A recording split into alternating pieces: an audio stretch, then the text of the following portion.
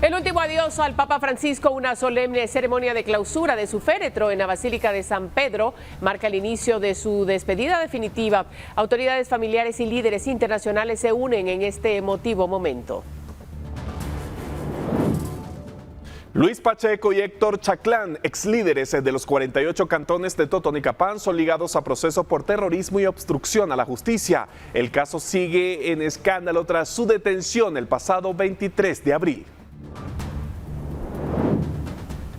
Detención de líderes de los 48 cantones desata crisis. Codeca anuncia movilizaciones masivas este lunes en todo el país tras la captura de exintegrantes implicados en los bloqueos de hace 2 años. Exigen la renuncia de la fiscal general y critican al presidente. Robo en pleno gobierno. Un vehículo de la vicepresidencia desaparece del Parque de las Ahas con la ayuda de un empleado público. El ladrón es detenido, pero las investigaciones apuntan a una red criminal.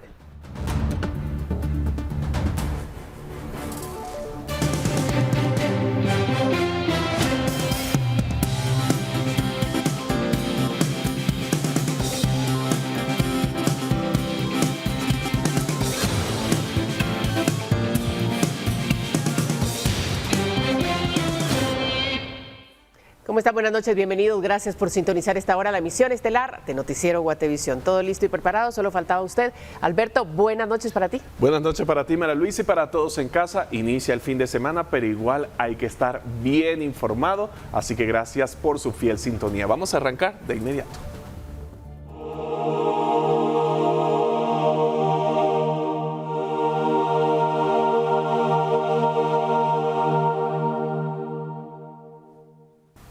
Miren, en estos momentos estamos viendo en vivo en directo las imágenes de la Plaza de San Pedro en el Vaticano, donde se esperan que mañana se reúnan alrededor de 200,000 feligreses. De ellos son 170 delegaciones extranjeras y por lo menos 10 monarcas han confirmado su asistencia en esta plaza, entonces, que está equipada ya con bastantes dispositivos de seguridad, pero también con dispositivos de salud, equipo de salud listo en apresto para lo que pudiera suceder con esa congregación de personas. Y por supuesto, al no poder entrar todos los feligreses, también habrán pantallas gigantes en los alrededores.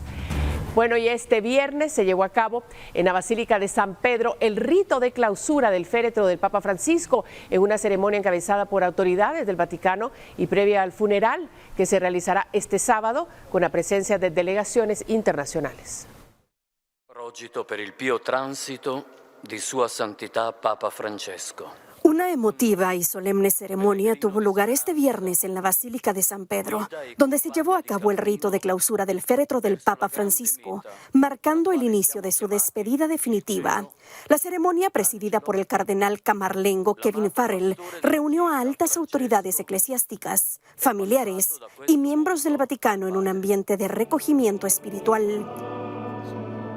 El momento más simbólico fue la lectura del Rogito, un documento en latín que resume la vida, obra y legado del sumo pontífice.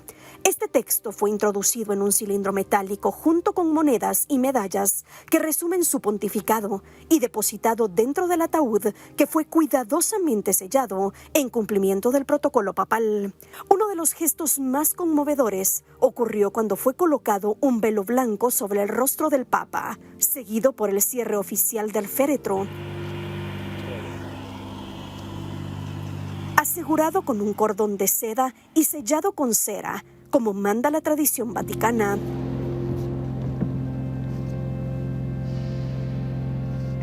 Sobre la tapa del ataúd destacan la cruz, su escudo papal y una placa con su nombre y fechas más importantes. Entre los visitantes estuvieron varios jefes de Estado, entre ellos el presidente francés Emmanuel Macron, el brasileño Luis Ignacio Lula da Silva, el libanés Joseph Aoun y el húngaro Víctor Orbán. Durante la noche se mantiene una vigilia de oración continua en la basílica, mientras el mundo católico se prepara para despedirlo con la misa de Requiem este sábado. Las delegaciones oficiales ocuparán el lado derecho mirando hacia la basílica. En primera fila estará Javier Milei, presidente de Argentina, Patria de Bergoglio, y Sergio Mattarella, presidente de Italia. A continuación estarán los monarcas, como el rey español Felipe VI y el resto de presidentes por orden alfabético en francés. Según su última voluntad, el Papa Francisco no será sepultado en San Pedro, sino en la Basílica de Santa María la Mayor, en una tumba sencilla, como reflejo de la humildad que marcó todo su papado. Para Noticiero Guatevisión, Paula Osaeta. Y recuerde que usted desde casa podrá observar la transmisión en vivo del funeral del Papa Francisco a partir de las 2 de la mañana a través de la señal de Guatevisión. Y hablando de este tema, la Iglesia Católica desarrolló la misa oficial para honrar al Papa Francisco luego de su muerte el pasado lunes. La misma se celebró en la Catedral Metropolitana y recordó el legado del pontífice para el mundo. Una foto del Papa Francisco, una vela y el solideo utilizado por el Santo Padre fueron los principales elementos en el altar de la misa ofrecida por el fallecimiento del pontífice. La Eucaristía fue celebrada por Monseñor Gonzalo de Villa este viernes en la Catedral Metropolitana, horas antes de que se celebraran las exequias del Santo Padre en Roma. Durante la misa se recordaron algunos de los momentos en la vida del Papa. Son momentos imborrables, como lo es también la escena con el niño que le preguntó sobre si su papá, no creyente y ya fallecido, estaba en el cielo. En esa escena Francisco fue amoroso y atendió al niño con todo el corazón. Desde las 11 de la mañana, la catedral se encontraba llena por los pobladores que acudieron para despedir al pontífice. La misa también tuvo la participación del presidente Bernardo Arévalo, la vicepresidenta Karin Herrera y varios ministros de Estado. El gobierno informó que el mandatario delegó a la ministra de Cultura y Deportes, Liwi Gracioso, para participar de las exequias de Jorge Mario Bergoglio. Un hombre que marcó con humildad, con decencia y con entrega una vida de servicio hacia los demás, pero con la alegría de saber que ha dejado un legado que ahora se convierte en un ejemplo de decencia, de humildad, de entrega, con el que todos podemos acompañarnos para seguir adelante en esta labor. Los participantes de la Eucaristía aprovecharon para realizar oraciones, prender velas y tomarse fotos en el altar. Con imágenes de Emilio Chang para Noticiero Guatevisión, reportó Leslie Sánchez. Mire, las puertas de la Basílica de San Pedro se cerraron este viernes al público que acudía a despedir al Papa Francisco. Con ese cierre comenzó la etapa final de los preparativos para su funeral. La etapa final de la organización del funeral del Papa Francisco comenzó este viernes, coincidiendo con el último día en que el pontífice permanece en cuerpo presente en la capilla de San Pedro. Miles de fieles recorrieron la nave central de la imponente basílica para despedirse durante unos segundos del jesuita argentino. Presidentes y monarcas de todo el mundo han comenzado a llegar a la Ciudad del Vaticano para asistir a las exequias del Santo Padre.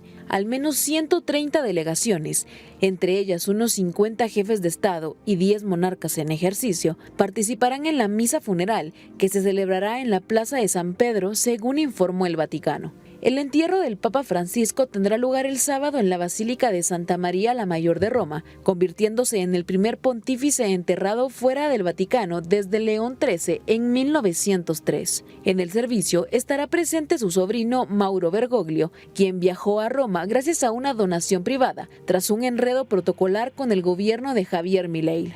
La tumba, hecha de mármol, llevará por única inscripción Franciscus. Una reproducción de la cruz pectoral que el Papa utilizaba en vida acompañará al conjunto. La sepultura estará situada en una nave lateral de la basílica, cerca del altar de San Francisco, y podrá ser visitada por el público general a partir del domingo. Para garantizar la seguridad, las autoridades italianas han establecido una zona de exclusión aérea sobre Roma y han desplegado unidades antidrones equipadas con sistemas de inhibición de señales.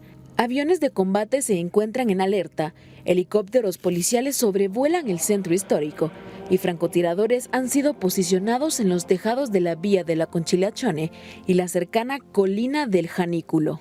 Reportó Carmina Montúfar.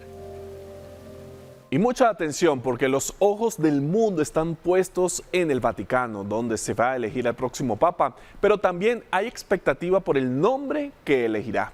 ¿Cómo se decide ese nombre? Bueno, en la siguiente nota se lo vamos a explicar. ¿Con qué nombre desea ser llamado? Es la pregunta que en latín se le formulará al nuevo Papa luego de que sea electo por el cónclave de cardenales, algo que ocurrirá en las siguientes semanas en el Vaticano tras la muerte del Papa Francisco. En la actualidad el Papa puede elegir cualquier nombre con el que desea ser llamado como nuevo sumo pontífice, sin embargo el nombre que elija lleva elementos históricos, espirituales y hasta simbólicos. En la actualidad las casas de apuestas tienen entre los favoritos nombres como Francisco II, Juan Pablo, Benedicto y León. Sin embargo, la libertad de elegir cualquier nombre no siempre fue así, ya que hasta antes del año 533 los papas mantenían su nombre de nacimiento. A partir de ese año asumió Juan II, quien en realidad no se llamaba así, sino que su nombre real era Mercurio, pero para evitar gobernar bajo el nombre de una divinidad vinculada con la paganidad se llamó de otra forma. Entre los nombres más usados en la historia se encuentra el de Juan con 23 veces, Gregorio con 16, al igual que Benedicto, Clemente con 14 y León con 13. Le sigue Pío con 12 papas que han llevado ese nombre. En el caso del Papa Francisco, su verdadero nombre fue Jorge Mario Bergoglio. Sin embargo, en homenaje a San Francisco de Asís, llevó ese nombre durante su pontificado. Para Noticiero Guatevisión, Henry Montenegro. Y tras la muerte del Papa Francisco en el Vaticano se han evidenciado un aumento de turistas que se espera continúe por quienes querrán visitar la tumba a partir del domingo. Pero, ¿qué tan costoso es viajar a aquel país? En la siguiente nota se lo explicamos. El costo para viajar a Roma dependerá de aspectos como el número de escalas y las fechas de programación. Sin embargo, puede ir desde unos 12,000 hasta cerca de 20,000 quetzales únicamente en cuanto al viaje. Tras algunas cotizaciones se logró determinar que, por ejemplo, con 12,000 quetzales, que es el precio más bajo, se puede viajar, aunque un trayecto mucho más prolongado, con escalas en Honduras, Madrid y Roma, estimando un retorno en unos 15 días, lo cual abarata el costo. Una segunda opción que se puede encontrar en unos 13,000 quetzales, pero con escalas en Miami, luego en Madrid y finalmente para llegar a Roma únicamente con un equipaje de mano. Con maleta el costo puede aumentar a unos 14,000 y si se incluyen servicios adicionales el precio sube hasta unos 18,000 quetzales. Una tercera opción es el trayecto que incluye escalas en Houston, Chicago y Roma y cuesta unos 19,000 quetzales. La terminal aérea más cercana al Vaticano es el Aeropuerto Internacional de Roma, conocido como Leonardo da Vinci, el cual está aproximadamente a unos 30 kilómetros de distancia. Un vuelo desde Guatemala hacia Europa puede durar entre 15 y 30 horas dependiendo de las escalas. De momento las autoridades guatemaltecas aseguran que no tienen datos sobre viajes al Vaticano que evidencien un incremento, al menos de connacionales. Sin embargo, a nivel de los homenajes al Papa se ha determinado un aumento en las visitas. También se recomienda a los viajeros que revisen las condiciones migratorias para viajar principalmente por los países en donde deben hacer escalas, en especial si son México o Estados Unidos que requieren visa. Con información de Glenda Burrión para Noticiero Guatevisión, Henry Montenegro. Este domingo 27 de abril tenemos lo más relevante del fin de semana en la emisión dominical de Noticiero Guatevisión. El vertedero más grande de Guatemala se transforma. Más de 2.500 toneladas de basura al día y ahora buscan convertirlo en un relleno sanitario modelo con una ampliación de 33 hectáreas. ¿Qué se necesita para lograrlo? Soy Paula Osaeta y los espero a las 8 de la noche con lo más relevante de lo que ha sucedido en Guatemala y el mundo.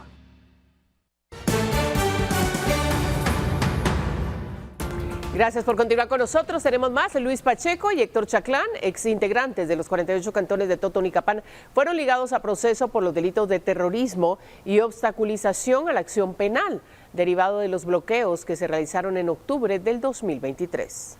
El juzgado de turno resolvió este viernes ligar a proceso penal por los delitos de terrorismo y obstaculización a la acción penal al viceministro de Desarrollo Sustentable y expresidente de los 48 cantones, Luis Pacheco, junto a Héctor Chaclán, extesorero de la organización indígena. Los argumentos del Ministerio Público detallaron que durante las protestas del 2023 se incurrieron en varios delitos por los cuales Pacheco y Chaclán deben enfrentar la justicia. La Fiscalía contra el Crimen Organizado buscaba que los señalados enfrentaran 5 delitos. Sin embargo, la jueza Carol Flores resolvió dictar falta de mérito por los delitos de asociación ilícita y sedición. Debido a que el caso se encuentra bajo reserva, el abogado defensor brindó detalles generales de la resolución del juzgado. Quiero manifestarles y pues de antemano darles las disculpas del caso porque comentarles que pues, el caso sigue en reserva. Eso nos limita bastante a dar información de lo que sucedió en la audiencia. creo la información general es únicamente que nuestros patrocinados fueron ligados de los 5 delitos únicamente por 2. Es lo más que les puedo decir, no puedo entrar en detalles por la misma razón, ya que pues, este conocimiento de todos ustedes que pues esta advertencia en cuanto a la reserva pues conlleva incluso pues acciones penales y me cumple con eso. Por esa razón es que les pedimos nuevamente las disculpas y únicamente indicarles esto nada más. A pesar de que se indicó en un inicio que Pacheco y Chaclán serían enviados al preventivo de la zona 18, por una petición de la defensa se resolvió enviarlos a la cárcel Mariscal Zavala. El juzgado otorgó 2 meses al Ministerio Público para ampliar la investigación. Con imágenes de Daniel Samayoa, reportó para Noticiero Guatevisión, Lourdes Arana. Por cierto, el gobierno aseguró que mientras no exista una sentencia de un juez en contra de Luis Pacheco, el expresidente de los 48 cantones de Totonicapán, no dejará de tener el cargo de viceministro de Energía y Minas. Las declaraciones se emitieron esta mañana. Nuevamente, el gobierno cuestiona el actuar del Ministerio Público en los casos de investigación que se desarrollan en la actualidad. Esta vez por la reciente captura del viceministro de Energía y Minas, Luis Pacheco, quien también figuró como presidente de los 48 cantones de Totonicapán en 2023. ¿Cómo es posible que se sale a denunciar un caso, a ejecutar órdenes de captura y se decide no asistir a una audiencia? Díganme, ¿es eso justicia? ¿Es esa la justicia a la que aspiramos en este país? ¿A que encarcelen a líderes que hicieron valer su derecho ciudadano a manifestarse, a defender la democracia? ¿Es eso la justicia a la que aspiramos como Guatemala? Palomo informó que, mientras no exista una sentencia de juez en contra de Pacheco, el ex líder indígena continuará fungiendo como funcionario del gobierno actual. Además, anunció que el próximo lunes, Bernardo Arévalo viajará a Totonicapán para reunirse con la Asamblea de los 48 cantones. El presidente justamente va a reunirse con la Asamblea, no es solamente con 48 cantones, es en Totonicapán, obviamente, como muestra de respaldo ante esta situación.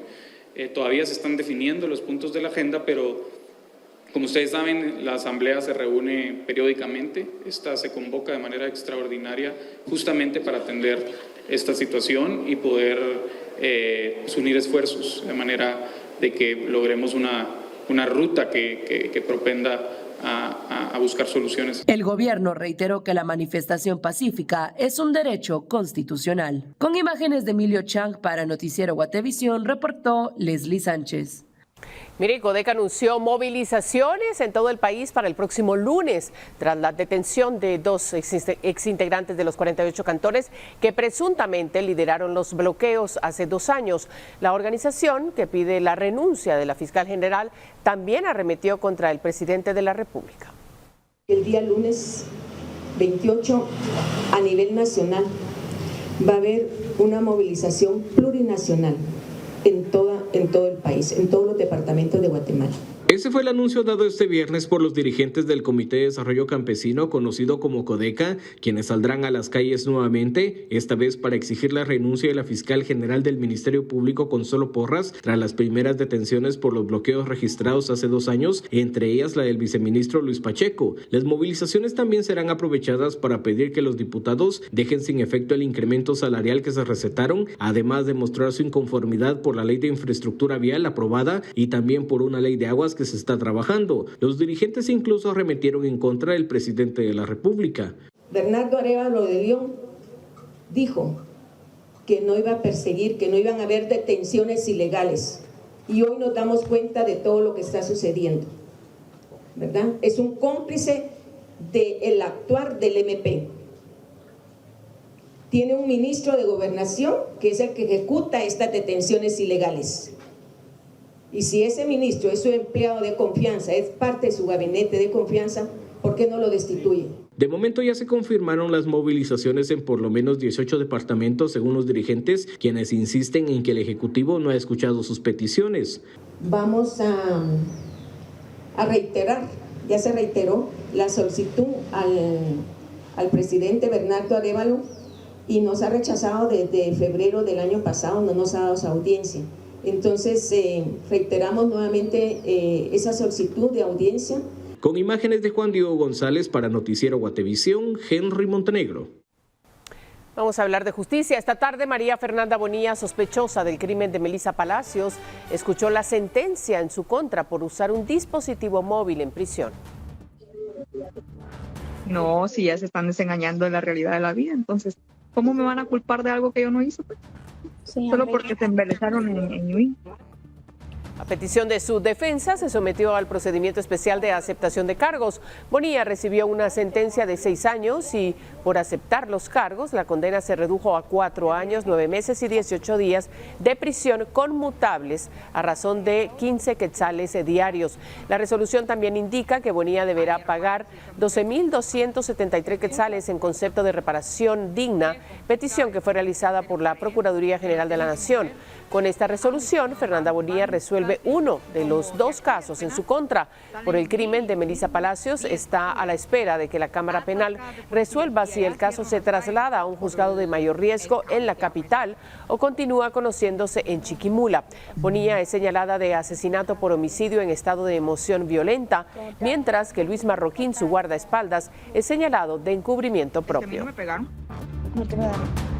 Al que le pegaron. Y el juzgado de turno llevó a cabo la audiencia de primera declaración de Carlos Rubio, quien, según el Ministerio Público, es el principal responsable de disparar varias veces contra Hansel Zarata, jefe del Departamento de Gestión Legal del Congreso de la República, el pasado 5 de abril, cuando ambos se encontraban en el parqueo de un centro comercial en la zona 16. Luego de escuchar las acusaciones del Ministerio Público, la jueza a cargo del caso resolvió reprogramar la audiencia para el próximo 28 de abril a las 7 de la noche, en la cual se conocerá si Rubio es ligado a proceso penal por homicidio. Mire, en 2 años Guatemala será evaluada para medir sus avances en la lucha contra el lavado de dinero, por lo cual el Ejecutivo busca que el Congreso le apruebe una ley con la que se creará un registro de beneficiarios finales de empresas. En febrero del 2027, Guatemala será nuevamente evaluada por parte del Grupo de Acción Financiera Latinoamericana, conocido como Gafilat, para medir sus avances en la lucha contra el lavado de dinero y la evasión fiscal. Y aunque faltan cerca de 2 años, el Ejecutivo busca que el Congreso apruebe una iniciativa que pretende crear la ley del beneficiario final para así conformar un registro de los accionistas y propietarios de las sociedades anónimas. Una mala calificación para Guatemala llevaría a que el país entre en una lista gris, lo que podría tener efectos negativos en inversiones extranjeras y créditos, según el Ejecutivo. Esa nueva evaluación, como país tenemos el riesgo de entrar a una lista gris que tiene diversas implicaciones, pero tiene un impacto real y directo en el desarrollo económico. Se pierden aspectos de inversión extranjera, aspectos de acceso a financiamiento internacional y que en resumen crea una reputación nacional en el extranjero, que se tienen controles débiles en cuanto al lavado de dinero. La propuesta se encuentra en la Comisión de Finanzas, que esta semana recibió al director de la Comisión Nacional contra la Corrupción para abordar la iniciativa. Sin embargo, los diputados consideran que es una propuesta compleja. Es una ley compleja, ¿sí? Modifica muchos códigos, tiene implicaciones económicas y también implicaciones de privacidad y temas de lavado de dinero, por ejemplo, que no son temas de la Comisión de Finanzas per se.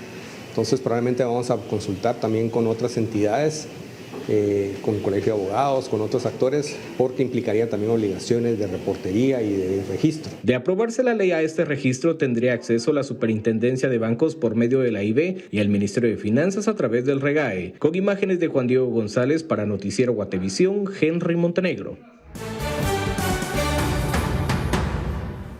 Hay más información. Un vehículo fue hurtado del parqueo de la SAAS. El hecho pasó desapercibido por varios días hasta que el carro iba a ser utilizado nuevamente. Por este caso ya hay una persona capturada. Todos hemos conocido casos de vehículos robados en parqueos públicos, pero nunca imaginamos que algo así pudiera ocurrir dentro de las instalaciones de la Secretaría de Asuntos Administrativos y de Seguridad de la Presidencia. El 3 de enero de 2025 ingresó a la Comisaría 11 de la Policía Nacional Civil una denuncia por el robo de un microbús Toyota Hiace modelo 2014 con placas O066BBX. El vehículo formaba parte de la flotilla de la Vicepresidencia de la República y había desaparecido del parqueadero de la SAAS. La denuncia, con número 03-2025, fue presentada por el señor Enrique Cojoc Calel, quien está contratado como profesional 3 de la Secretaría Particular de la Vicepresidencia. Según su relato, el 23 de diciembre de 2024, a las 4 de la madrugada, utilizó el vehículo para trasladar a personal de una comitiva de trabajo en Zacatepeques, y ese mismo día, el automotor fue guardado en el estacionamiento de la SAAS, ubicado en la Cuarta Calle y Sexta Avenida, frente a Casa Presidencial. Sin embargo, el 3 de enero de 2025, el señor Brandon Lisandro Catalán Lara, contratado en el Departamento de Transporte de la Vicepresidencia, intentó sacar el vehículo del parqueo, pero se percató de que no se encontraba. Los trabajadores consultaron al personal de seguridad de la SAAS por el microbús desaparecido y estos indicaron que el 28 de diciembre de 2024, a las 17:45 horas, un hombre retiró el microbús del estacionamiento. Sin embargo, según la denuncia, no era trabajador del Estado. Aunque hemos contabilizado unas 4 cámaras de videovigilancia alrededor de este estacionamiento, para el ladrón fue muy sencillo hurtar el vehículo, que según el mercado está valorado en aproximadamente 100 a 130 mil quetzales. El caso fue investigado internamente por la SAAS y trasladado a la Policía Nacional Civil y al Ministerio Público, que ya reporta a una persona capturada. Se trata de Isaías de Jesús Pérez Salazar, de 30 años, quien fue detenido el 27 de febrero de este año en el sector 1 del asentamiento La Selvita, en la zona 6 capitalina. A Pérez Salazar se le vincula con una estructura criminal dedicada al robo de vehículos en el departamento de Guatemala. Además, documentos del organismo judicial revelan que ha sido capturado en 7 ocasiones por distintos delitos como robo agravado. La hipótesis de la investigación señala que el ladrón recibió ayuda de un empleado del gobierno, quien le habría dado indicaciones para ingresar y le prestó ropa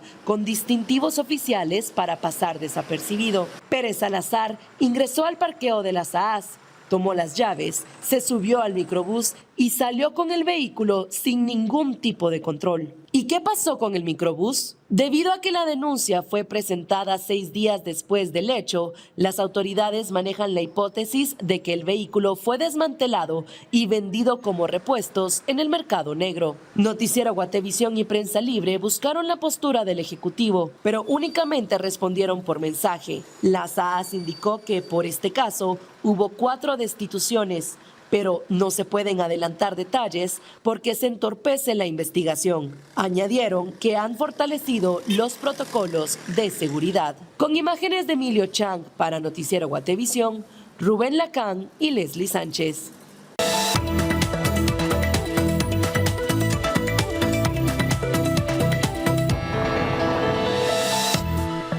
Y a esta hora de la noche le damos la bienvenida a nuestra compañera Paula Osaeta.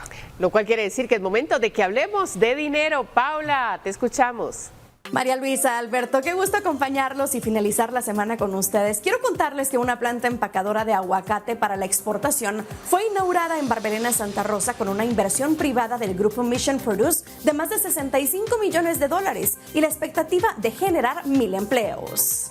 La nueva planta fortalecerá la exportación de aguacate, el cual ya se envía a otros países como fruto fresco, mientras que las autoridades siguen con el proceso para la admisibilidad del fruto en Estados Unidos, indicó el Ministerio de Agricultura, Ganadería y Alimentación. La planta empacadora Avopac, ubicada en Barberena, Santa Rosa, forma parte del grupo Mission Produce. Cuenta con una capacidad de procesamiento de 32 toneladas por hora, para un total de 256 toneladas por turno de 8 horas, lo que la convierte en la planta más grande de aguacate del país. La inversión de la compañía asciende a alrededor de $65 millones, unos 500 millones de quetzales, y se generarán unos 1,000 puestos de trabajo directos entre la finca y la planta. En el 2024, la exportación representó 120.7 millones de quetzales, con un volumen de más de 12,000 kilogramos del fruto. El sector genera más de 6,000 empleos al año, tanto directos como indirectos, lo cual contribuye al desarrollo de las localidades y economía familiar. En la actualidad, el aguacate guatemalteco se exporta a Países Bajos, Reino Unido, España, Alemania, Francia, Canadá,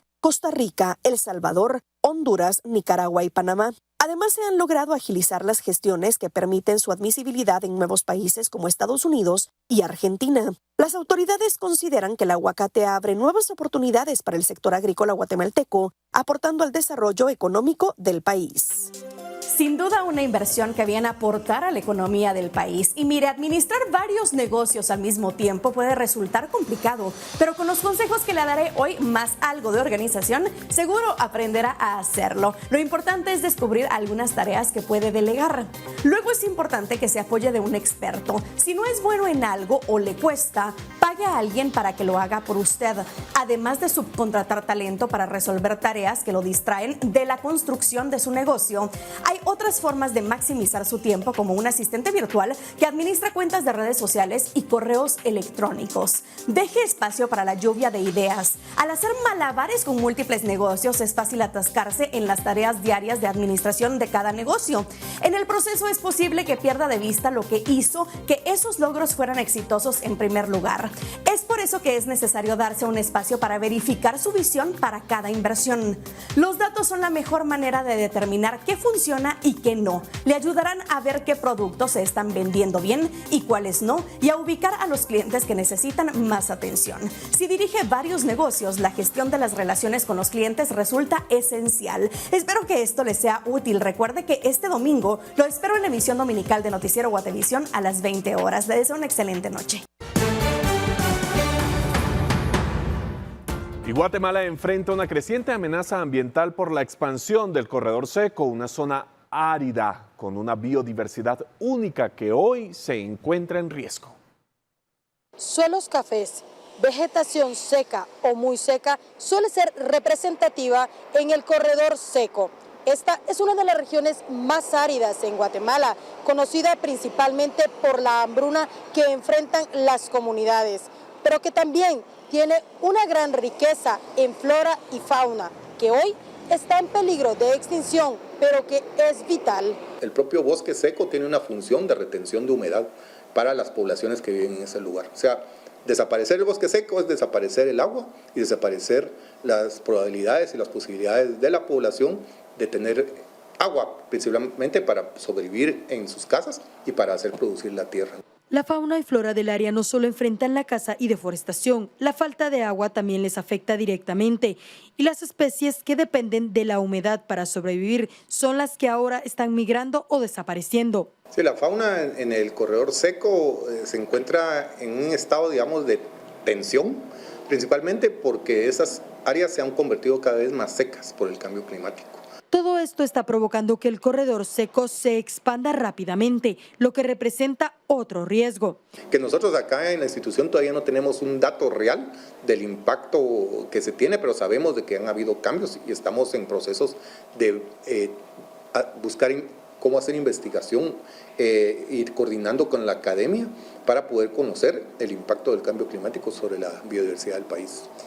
El corredor seco abarca 46 municipios del país y alberga una riqueza natural única, aunque frecuentemente subestimada. La lista roja de especies amenazadas de la Unión Internacional para la Conservación de la Naturaleza indica que en los bosques secos del Valle del Motagua hay más de 20 especies en peligro de extinción. Encabeza el listado en el área de la fauna niño dormido, un lagarto venenoso endémico de Guatemala y uno de los 5 más peligrosos del mundo. Se estima que solo quedan unos 500 ejemplares debido a la continua pérdida de su hábitat. Otro de los mayores riesgos es la desaparición de especies clave como los polinizadores, abejas, murciélagos e insectos fundamentales para la reproducción de muchas plantas, incluidos cultivos agrícolas. Tiene un riesgo bien grande en el cambio climático porque si desaparece una especie de murciélagos, si desaparece una especie de insectos, está desapareciendo también la probabilidad de polinizar muchos de los alimentos que nosotros comemos. El corredor seco es una señal clara del deterioro ambiental en Guatemala. Las áreas que antes eran húmedas ahora se están secando, lo que reduce la capacidad del suelo para retener agua. A esto se suma que más del 90% de las fuentes de agua en el país están contaminadas, lo que está limitando aún más el acceso a este recurso vital. Con imágenes de Óscar Vázquez, reportó Andrea Domínguez.